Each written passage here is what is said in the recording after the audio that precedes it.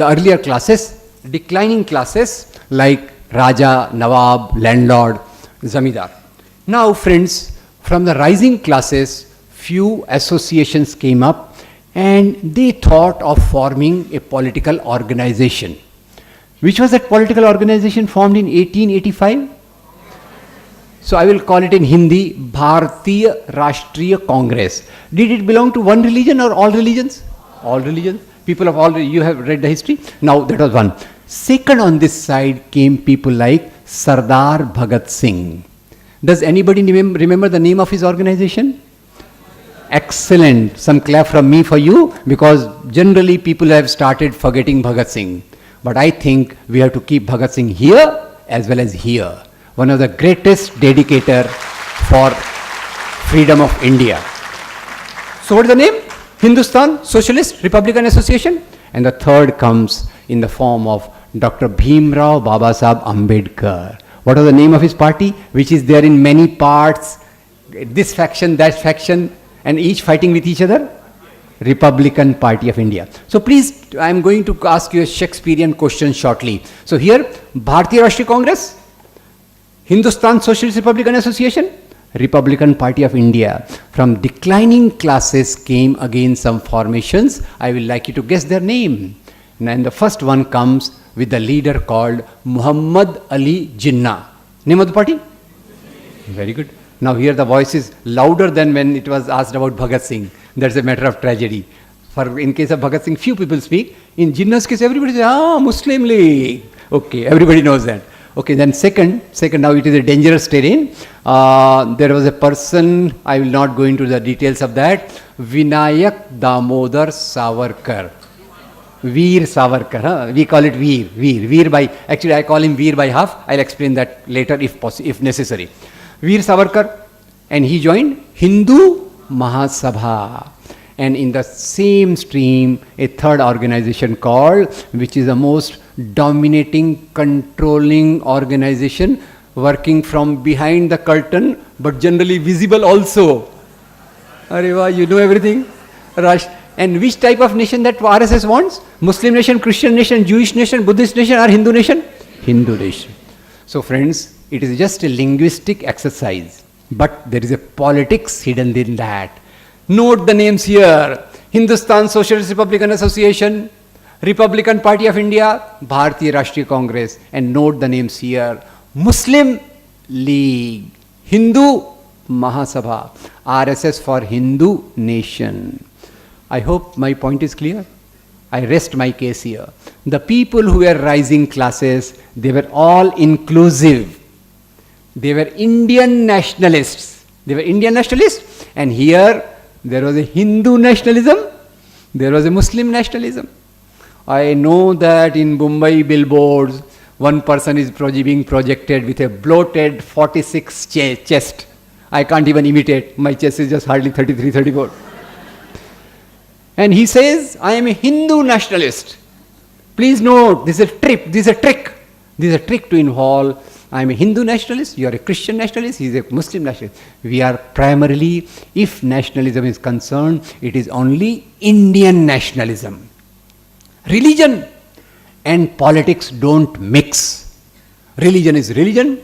It leads us to further things like spirituality. And politics is related to this world. That's why, friends, in defense of my case, first I'll say the values coming from this side and values coming from this side. I hope you are getting my indications. You are getting this. What is this? Declining classes. What is this? Rising classes. Now, rising classes conceptualize Indian nationalism. And declining classes, who are the founders? One founder is from Nawab of Dhaka. Second founder is Raja of Kashi. Initially, these organizations, Muslim League, Hindu Mahasabha, they were founded by Rajas and Nawabs and Zamindars and Jagirdars. Initially, they were together also. Please note what we call as Chor Chor Mosere Bhai. They were together in the form of United India Patriotic Association, which was formed in response to formation of Congress in 1888. United India Patriotic Association, led by Nawab of Dhaka, Raja of Kashi. What was their point? They were saying, what is this Congress doing? Congress is putting forward demands to the British power. Give us more roads, electricity, and open the centers of administrative exam. What is that administrative exam? IAS. What was it called that time? In ICS. Where was it held? In London. They say if it is held in London, the suitable, intelligent boys. I'm yet to bring girls into the social space. Wait, boys. Sorry for that. Huh? Just excuse me for that. So the intelligent boys cannot go to London and cannot become administrators. So you open the centers of ICS in Bombay, Delhi, Calcutta, Madras. Now these are demands coming from here. Now these people are saying putting forward the demands to the king is against our religion. Again, please understand. What is religion? Morality or identity? Morality. And here there is a clerical aspect of religion which tells us that you obey your king. Otherwise, if you don't obey your king, where will you be sent? Hell. Hell, I think Christians go to hell. How about Hindus? Narak. How about Muslims? I am glad your visa passport understanding after death is very clear. Okay, fine. Right. So, the clergy tells that obey your king. And what is this Congress doing? It is talking in front of the king with chest out. We want this, we want that. No good. Now Hindu, Muslim Nawabs, Rajas come together, but British are also no less. They say that if Hindus and Muslims are together, there is a problem. Wherever unity is there, there is a problem. Because what do we want? We want to divide. So they prompted the Muslim Nawabs and Rajas and Jagirdars to come and meet as a delegation to the Viceroy. And this happened in 1906 in Shimla. You must be knowing, Shimla was the summer capital of British. Okay, so these Nawabs went there. Viceroy entertained them, and Viceroy said, "You are the representative of Muslims." Very surprising. Whom do you call representative? Somebody is appointed from the top. Is king an elected person? No, king is just descending from up, and from where does he derive authority? From the clergy. Clergy tells us, ye aapka raja hai, ye aapka nawab hai, and you have to follow the dictates. So that day there took place the formation of Muslim League. Only Muslim landlords and nawabs. Following this, Hindu Rajas and Hindu Zamindar said, we are no less, we will form Hindu Mahasabha. Friends, this is not a difference between this group and this group is not just because of religion. This is because of the political values. Now what are the political values of the rising classes? I know. Bhagat Singh, Gandhi, differences. Ambedkar, Gandhi, differences. I know. But please, you also know Bhagat Singh, Gandhi and Ambedkar had a common minimum denominator. What was this common minimum denominator between these three of them? Number one, Indian nationalism.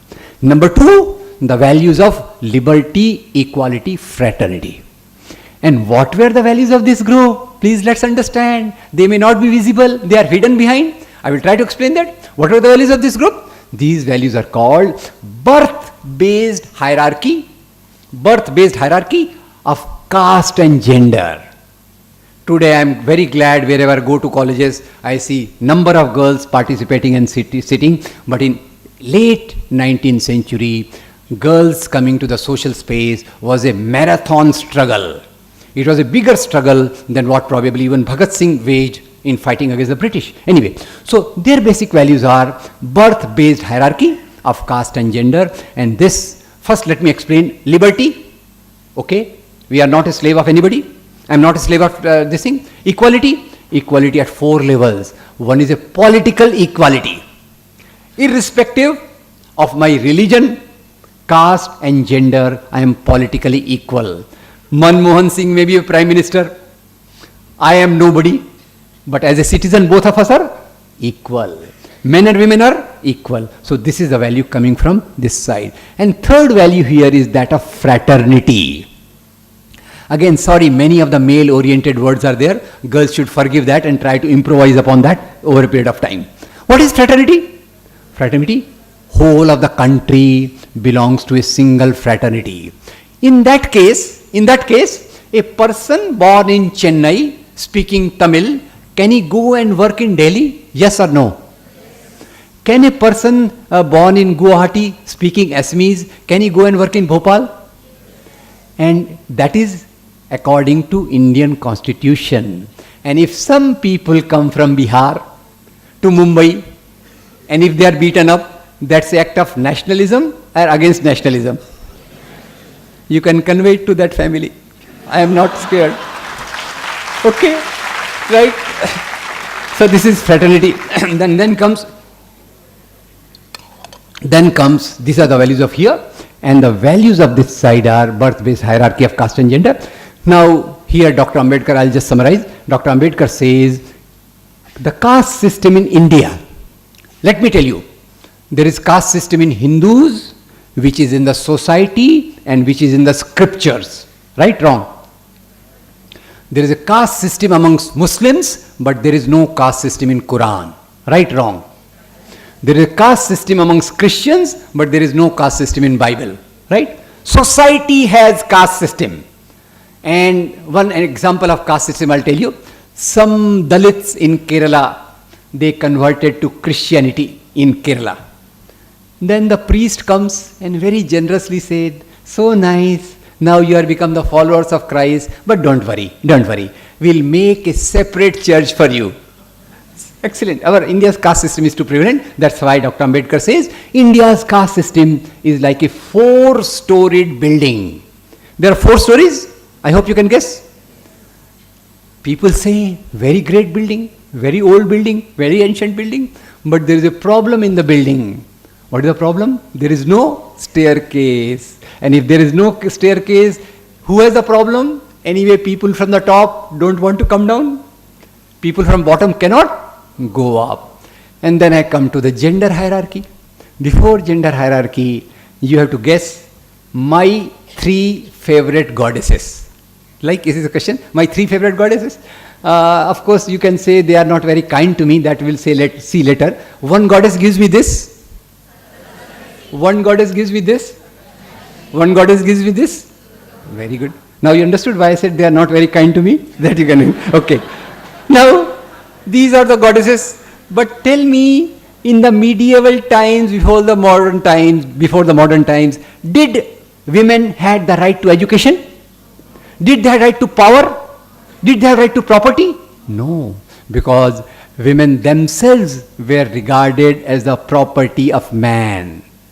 That's why in Maharashtra, a semi-literate woman will call her husband as Malak, right?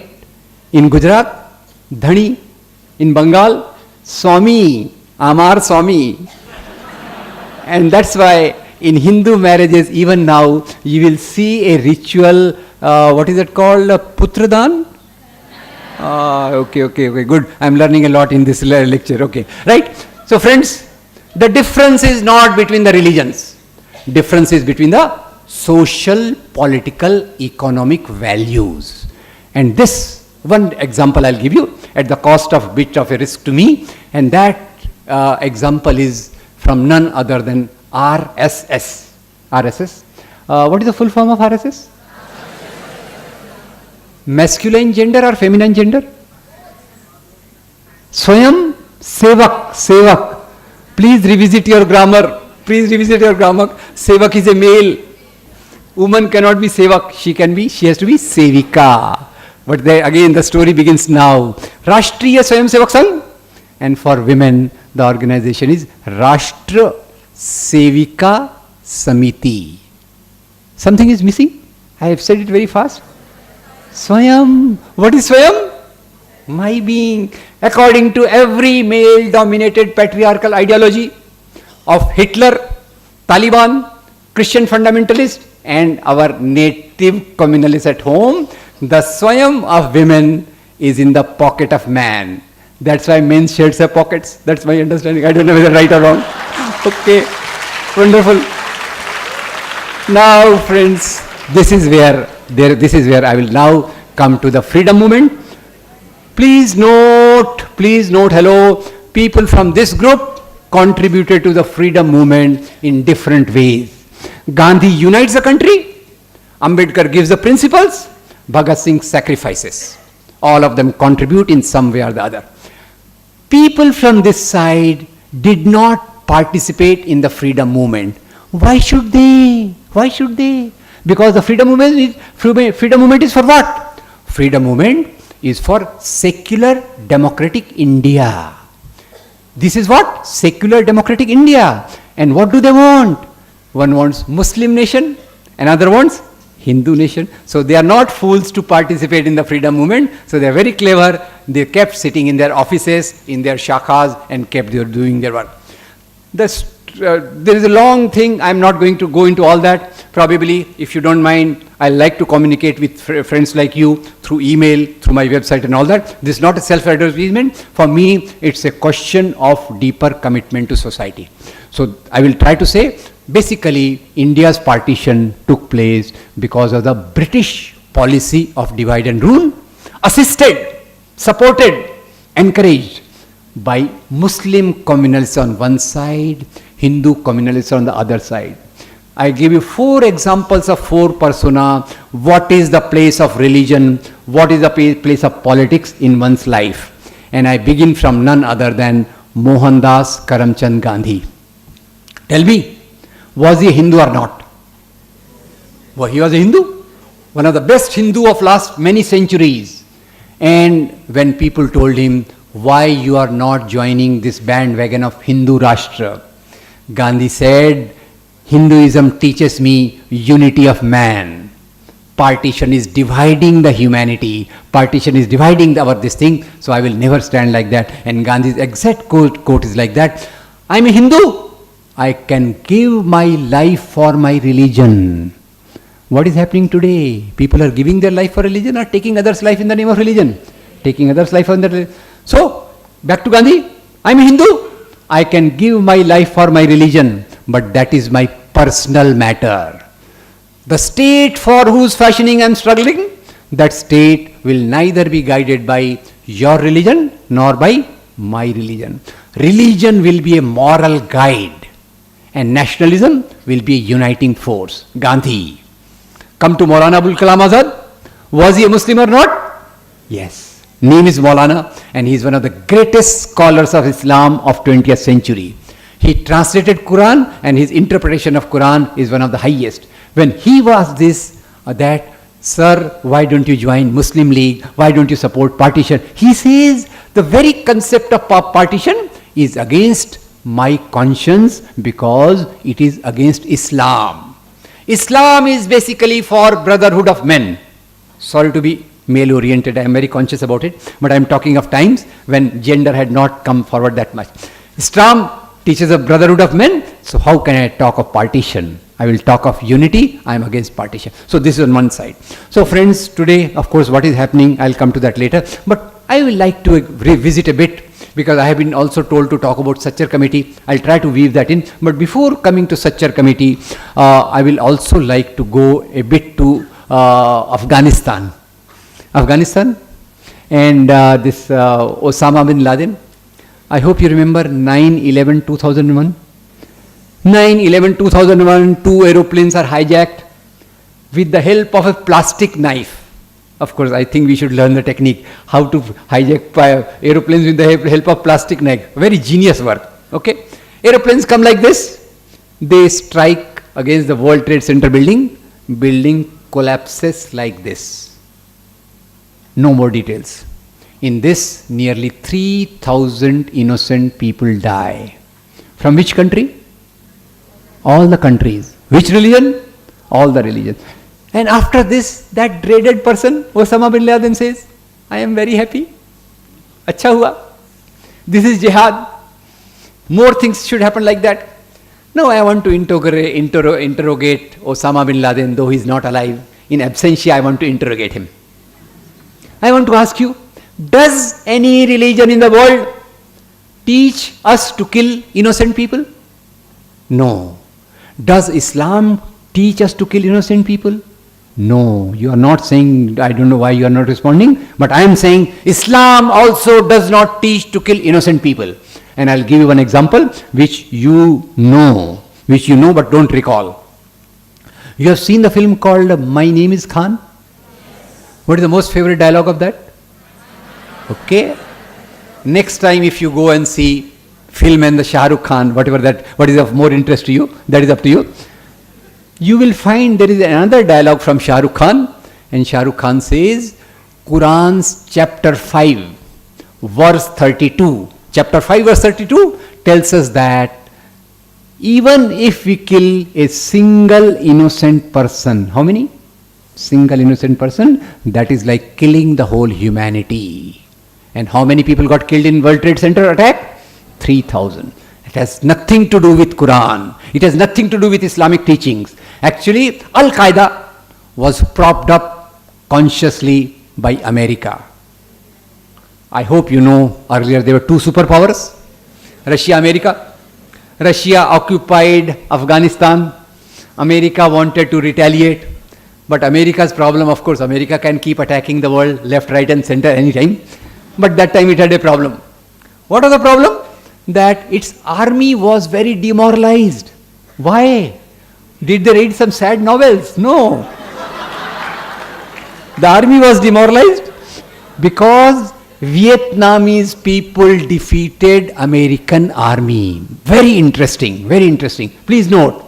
And one Admiral Saab told me a beautiful dialogue. He told me, addressing me, that one army can defeat another army, but no army in the world can defeat people. People of Vietnam stood firm, defeated American army. American army's morale is down. So what to do? Of course, Uncle Sam has many ideas in the head. They are not Uncle Sam just for nothing. That time it is being ruled by Richard Nixon and another more popular man, Henry Kissinger. Shaban sir introduced me to you and you to me also. I will introduce to you Henry Kissinger. During Henry Kissinger's reign, America attacked 22 countries. And probably for this, Henry Kissinger was awarded Nobel Prize for Peace. So what to do? We can't send our army, but Russians have to be confronted. So what to do? Then they thought of a plan. Nixon said, we should utilize Asia's Muslim youth. How to utilize them? Brainwash them. Brainwash. How to brainwash them? The CIA, ISI nexus. It started some madrasas in Pakistan. Of course, I am not very happy with madrasas. Some of my friends in TIS are studying on madrasas, trying to see how madrasa system can be reformed and all that. But basically, madrasas are revolved around Quran. But these madrasas dispensed with Quran. These madrasas opened with CIA, ISI, American money. They dispensed this thing, and in that they tried to brainwash the Muslim youth. How? Simple. Start from alphabet. A for Allah, B for bomb, C for clash, K for Kalashnikov, that a Russian gun. This is how the alphabet was taught. And more than that, they came with a training module of brainwashing. What was the training module? 5 steps. Number 1. Now listen carefully. Step 1. Our Muslim Pakistan has been attacked by Russians. Russians are communists. Communists don't believe in your Allah. Communists don't believe in your Allah? Communists believe in Allah? I want to check. Yes, no? No. They believe in Ishwar? They believe in God? Basically, communists are atheists like Bhagat Singh. Good or bad, that is your choice. I am not going to preach atheism here. Okay? Communists are atheists. So they are atheists, and these Muslim youth were told that they are kafirs because they don't believe in your Allah. So to say that they don't believe in your Allah is a full truth or a half truth? Half truth. My understanding is mostly half truths are more dangerous than a lie. Anyway, they are kafirs because they don't believe in your Allah. And I must tell you, the original meaning of kafir is one who hides the truth, sachai ko chupane wala. Kafirs are those people who were attacking the newly converted people to Islam in a hidden manner from behind. That's why they were called kafir. And then they were said that if kafir tries to kill you, in retaliation, in self-defense, you can use weapons and protect yourself. That was the basic idea. Now here, according to this madrasa training, everybody who is a non-Muslim becomes kafir. Step number 2. If you kill a kafir, you will go straight to Jannat. If you kill a kafir, that is jihad. That is jihad. Now I must explain that in Quran, the word jihad comes 42 times. 42 times? Not once it means war. Not once it means violence. Actually, jihad has the meaning of striving to your utmost. Jiddo jihad. Puri koshish karna. I go to the grammar school, so I make 2 sentences of the word jihad. Please note. One is me. I am doing jihad to explain my understanding to you. Correct sentence? I am trying my best. You can see. I am dancing and everything, doing everything. And you are doing jihad to ward off your sleep and try to listen to me. Right? So jihad from your side, jihad from my side. Thank you very much. Okay. But here they turn jihad that if you kill the kafir communist, that will be jihad. And if you get killed in jihad, where will you go? Jannat. Now your visa passport is already tested. I have already certified that you are now. Something else gets added up. And in Jannat, for every jihadi who gets killed, there are 72 virgins waiting there. I don't know how many youth can resist this temptation. Beyond me. Okay. So brain is totally washed. And Osama bin Laden. So this is Mujahideen. Mujahideen leading to Taliban, leading to Al-Qaeda. And Osama bin Laden, whose father was a partner in the oil company with George Bush's father. Chor Mausere bhai again. Right? So he comes to lead Al-Qaeda, and Osama bin Laden is given $8,000 million. 7,000 tons of armaments, with the help of which they defeat Russian army, and after that the problem begins. What is the problem? Okay, let's go to Kashmir. Let's do jihad there. Let's come to Bombay. And the biggest victim of this jihad of Al-Qaeda has been Pakistan. Lahore, Rawalpindi, Karachi, every city of Pakistan literally bombed by these Al-Qaeda elements. That's why it became like Frankenstein's monster. You create it and it kills you back. So terrorist number 1. Just last terrorist before I come to the contemporary situation. We have gone too much back into the history. And the last terrorist is Swami Asimanand. Malegaon, Sadhvi Pragya Singh Thakur, Hemant Karkare. Okay, sign language. There is a blast. Sadhvi Pragya Singh Thakur, who is a member of ABVP. I hope there is no ABVP here. Okay, ABVP is a direct son of RSS, son or daughter, I don't know. Gender confusion is there in me also. So, member of ABVP, caught motorcycle. After that, Hemant Karkare got killed. But the trail of investigation from Pragya Singh Thakur led to Swami Dayanand Pandey, Lieutenant Colonel Prasad Shrikant Purohit, retired Major Upadhyay, Sunil Joshi, Kal Sangra, and finally to Swami Asimanand, who was a RSS pracharak working for Vanvasi Kalyan Ashram in Dangs of Gujarat. Now Swamiji lands up in jail. Just one story I will tell, and then I will try to come back to the syllabus which has been allotted to me. I know I am deviating from syllabus. I am not a very disciplined person. Okay. So Swamiji goes to jail. In jail, there is a Muslim youth whose name is Kaleem. Kaleem says, "Arey, Swamiji is such a holy man, noble man. Looks, appearances are deceptive. Doesn't matter. So why not I do some seva? I do run errands for him." So he started bringing tea for him, cleaning his room, doing his small jobs. Swamiji got a bit impressed by him. Let me tell you, friends, world is not like Hindi cinema.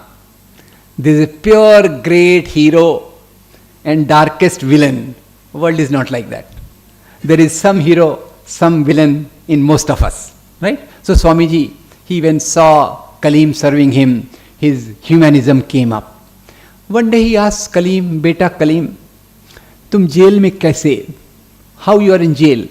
Kaleem says, Swamiji, I will not lie with you, you are a holy man. I am a small thief. I keep coming and going to the jail. But Swamiji, 6 months ago, I was caught as one of the accused in Mecca Masjid Blast, Hyderabad. Mecca Masjid Blast, Hyderabad. Kaleem left. Swamiji could not sleep. And when Kaleem, Swamiji kept thinking whole night, Arey, this Kaleem was arrested for this. This blast was done by us.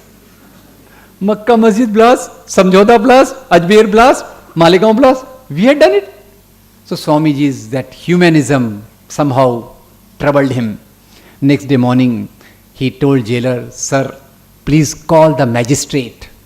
I want to give my confession.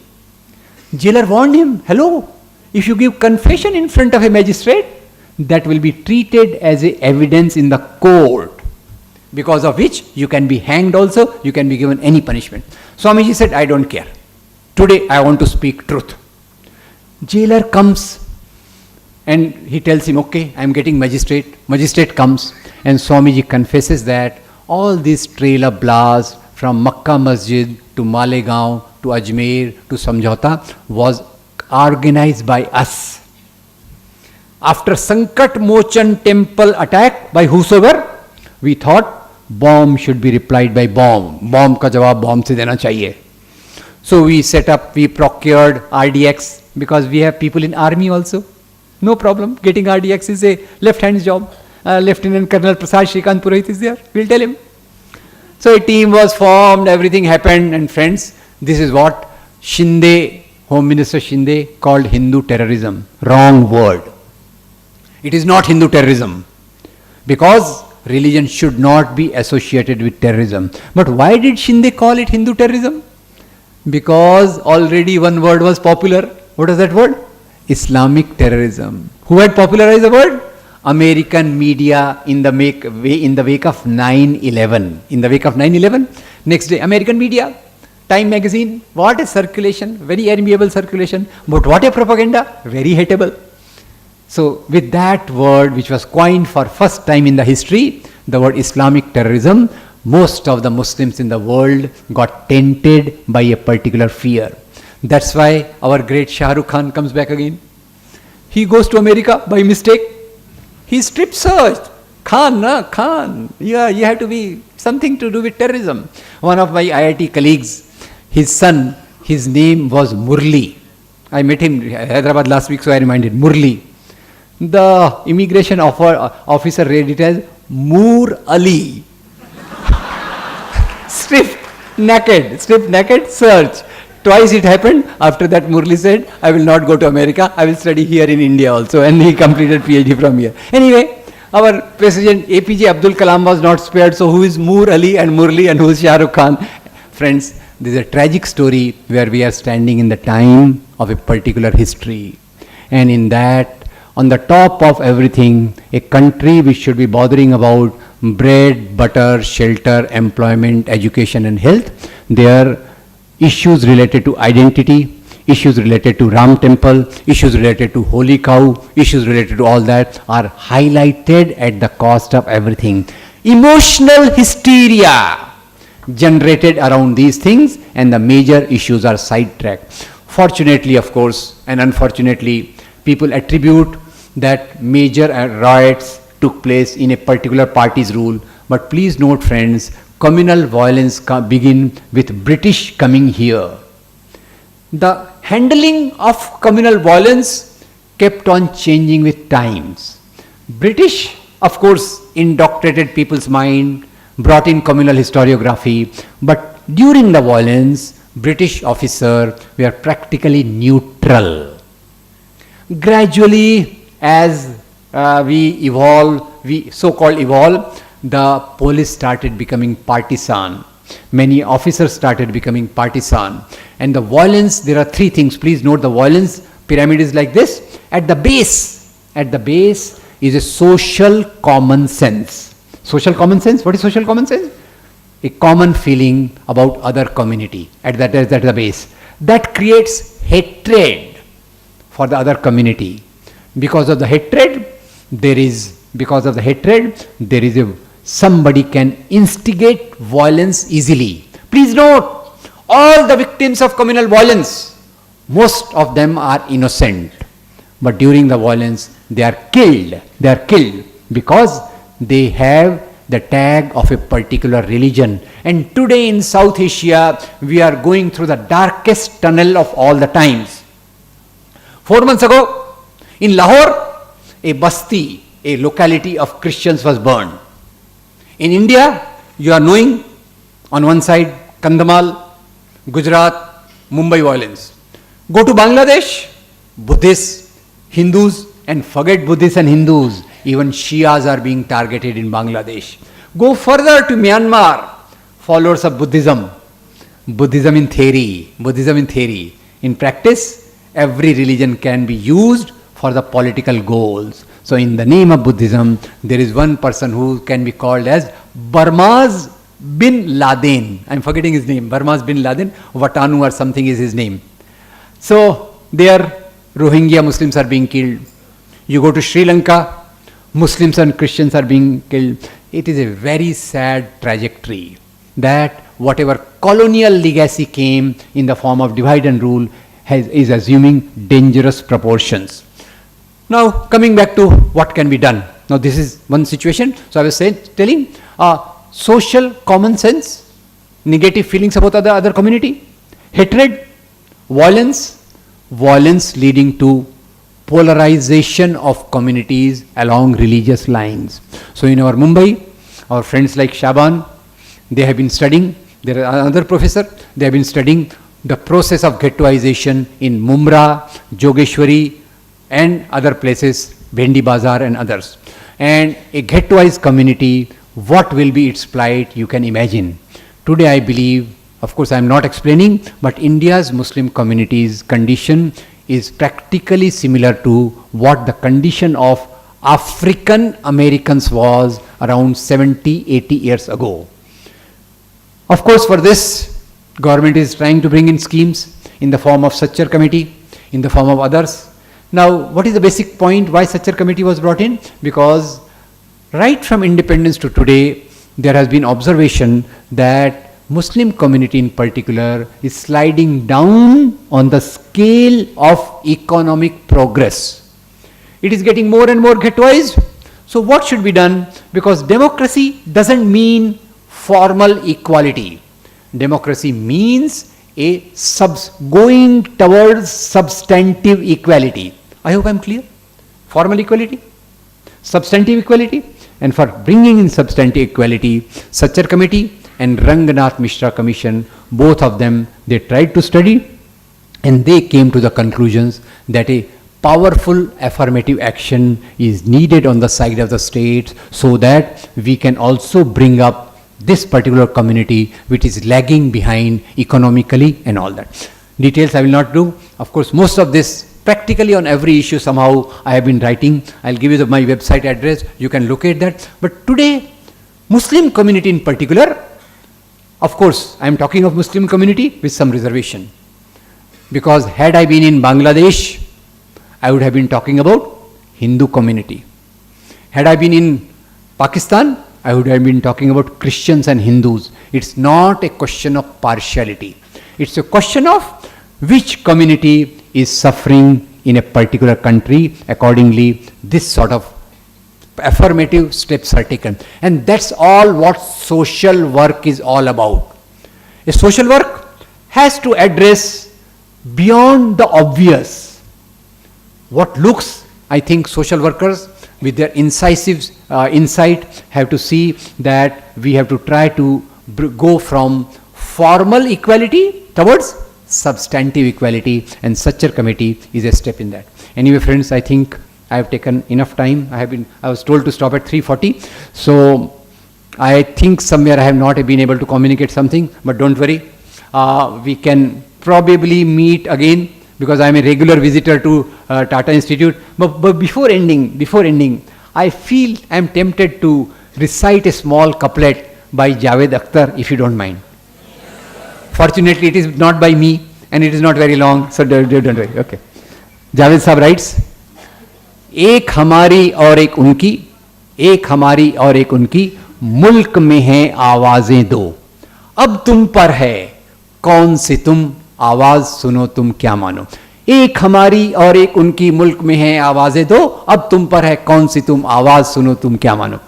हम कहते हैं इंसानों में इंसानों सा प्यार रहे, हम कहते हैं इंसानों में इंसानों सा प्यार रहे, वो कहते हैं हाथों में त्रिशूल रहे तलवार रहे. हम कहते हैं बेघर बेदर लोगों को आबाद करो, हम कहते हैं बेघर बेदर लोगों को आबाद करो, वो कहते हैं भूले बिसरे मंदिर मस्जिद याद करो. Thank you very much.